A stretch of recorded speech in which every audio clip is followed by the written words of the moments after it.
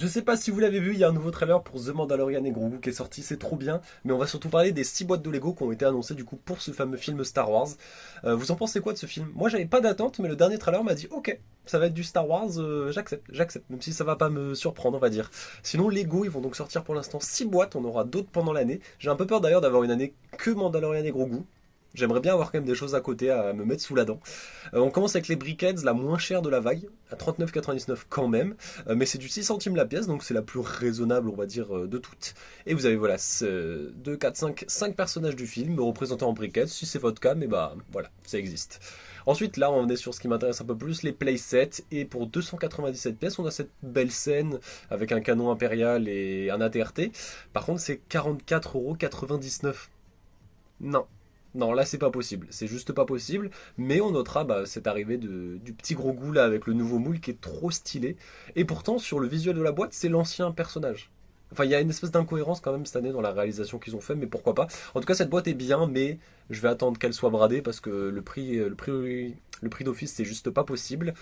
Celui-là, par contre, alors j'ai vu des gens qui disaient qu'il est overprice, bah il est techniquement raisonnable. On est sur du 10 centimes la pièce, 700 pièces, 75 euros, 64 499 pour être exact.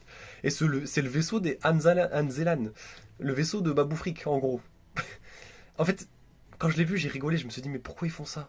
Et pourtant, je le veux. Je le veux, je le trouve tout simplement spectaculaire, magnifique. 69,99, on a le X-Wing de la Nouvelle Rébellion. Nouvelle République, excusez-moi. Il est beau.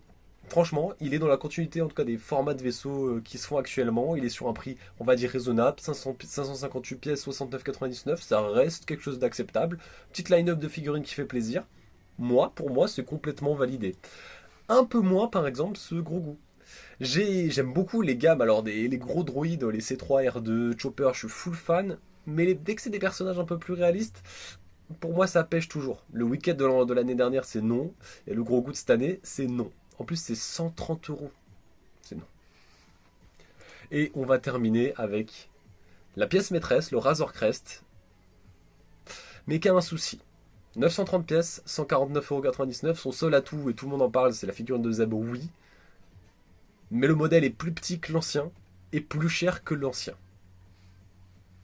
À partir de là, c'est pas possible. Et j'espère qu'ils vont arrêter quand même avec leur gros modèle à 150 comme on a eu depuis l'année dernière avec le Juggernaut et le transport droïde parce que non, 150 € un gros modèle qui ne vaut pas 150 €, c'est pas possible.